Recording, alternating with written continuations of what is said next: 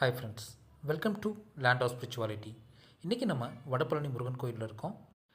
சென்னை சுற்றி மொத்தம் 3 ஃபேமஸான முருகன் கோயில் அமைஞ்சிருக்கு. முதல்ல திருப்போரூர், சென்னையிலேருந்து 46 கிலோமீட்டர் தூரத்தில் இருக்குது. நெக்ஸ்ட்டு குன்றத்தூர் முருகன் கோயில். மூணாவது கோயில் வடபழனி முருகன் கோயில். சிட்டிக்குள்ளே அமைஞ்சிருக்கிறதுல முருகன் கோயிலில் வடபழனி முதன்மையானது. வடபழனி ஆண்டவரோட திருவரலாறு பற்றி இந்த வீடியோவில் நம்ம பார்க்க போகிறோம். 1990ஆம் ஆண்டு எளிய ஓலைக்கூரை கொட்டகையுடன் இக்கோயில் கட்டப்பட்டது. இன்று மக்களின் ஆதரவால் புகழ்பெற்ற கோயிலாக உள்ளது. மேலும் ஒவ்வொரு ஆண்டும் சுமார் 7000 தம்பதியர் இங்கு திருமணம் செய்து கொள்கின்றனர். இக்கோவிலின் தலப்புராணத்தில் முருகபக்தரான அண்ணாசாமி நாயக்கர் என்பவர் முதலில் இருந்த கொட்டகையை அவரின் சொந்த வழிபாட்டிற்காக அமைத்தார் எனவும், அங்கு தென்பழனி முருகனின் வண்ணப்படத்தை வைத்து வழிபட்டார் எனவும் குறிப்பிடப்பட்டுள்ளது. ஒரு சமயம் தீவிர வயிற்று வலியால் அவதிப்பட்டார். அந்நோய் தீர்வதற்காக அவர் தவறாமல் திருத்தணி மற்றும் திருப்போரூர் சென்று முருகப்பெருமானை வழிபட்டு வந்தார். பின்னர் பெருமாளை வழிபட்டு வந்தார். பின்னர் தென்பழனி யாத்திரையின் போது ஒரு சாது சொல்லியதற்கிணங்க தான் தங்கியிருந்த கொட்டகையில் பழனி முருகனின் உருவப்படத்தை வைத்து வழிபடலானார். தன் நாக்கை அறுத்து முருகனுக்கு காணிக்கை செலுத்தினார். இதற்கு பாவாடம் என்று பெயர்.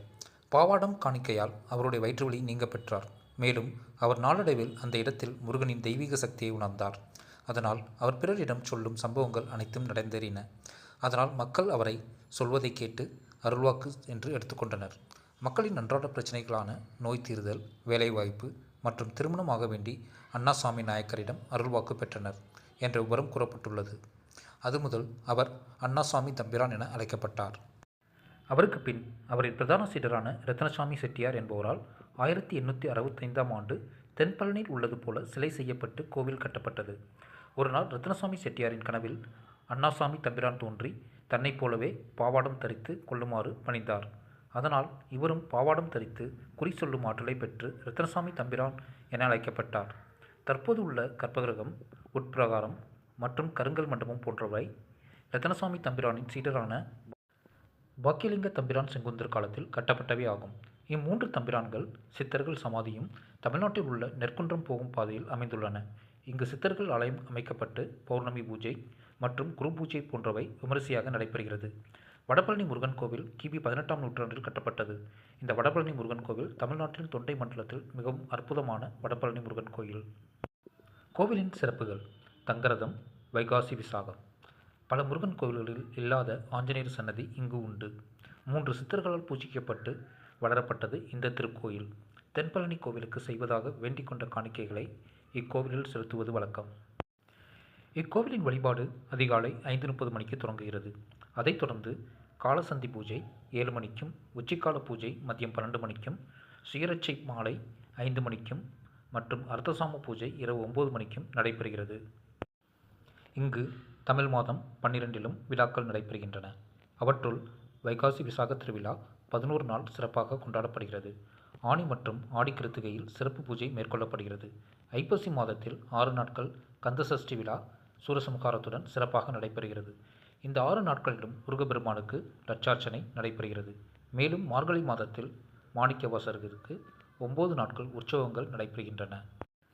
வடபழனி முருகன் கோவில் என்பது சென்னைக்கு மேற்கே அமைந்திருக்கும் வடபழனியில் அமைந்திருக்கும் ஒரு புகழ்பெற்ற முருகன் கோவில் ஆகும்.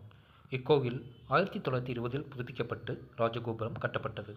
மேலும் இது தமிழ்நாட்டின் கோடம்பாக்கத்தில் கோலிவுட் அமைந்துள்ளதாலும் தமிழ் திரைப்படத்துறையினர் வருகை அதிகமிருப்பதாலும் மக்களிடையே பிரபலமான கோவிலாக உள்ளது. திருத்தலம்: அருள்மிகு வடபழனி ஆண்டவர் திருக்கோயில். மூலவர் வடபழனி முருகன். அம்மன் ஸ்ரீவள்ளி தேவசேனா. தலமரம் அத்திமரம். ஆகமம் சிவாகமம். தீர்த்தம் குகபுஷ்கரணி. திருக்குளம். ஊர் வடபழனி, மாவட்டம் சென்னை. திருமுருகன் திருத்தலங்களுள் தன்மை வாய்ந்த தென்பழனியில் பழனியாண்டியாகவும், அவரே சென்னையாம்பதியில் கோடம்பாக்கம் வடபழனியில் வடபழனியாண்டியாகவும் வேண்டுவோர்க்கு வேண்டும் வரங்களை அளித்து கலியுக வரதனாகவும் எழுந்தருளியுள்ளார் அருள்மிகு வடபழனி ஆண்டவர். அருள்மிகு வடபழனி ஆண்டவர் சென்னை மாநகரின் மையப்பகுதியில் கிழக்கு மேற்கு ஆற்காடு சாலையில் இருந்து 100 அடி தொலைவிலும், தென்புறம் ஆலந்தூர் மற்றும் வடபுறம் நெற்குன்றம் சாலையிலிருந்து 100 அடி தொலைவிலும், கோயம்பேடு பேருந்து நிலையத்திலிருந்து 3 கிலோமீட்டர் தொலைவிலும் வடபழனியில் அமைந்துள்ள பிரசித்தி பெற்ற திருக்கோவிலாகும். தேங்க்ஸ் ஃபார் வாட்சிங் friends. Please subscribe, share and support. நன்றி. மீண்டும் வருக.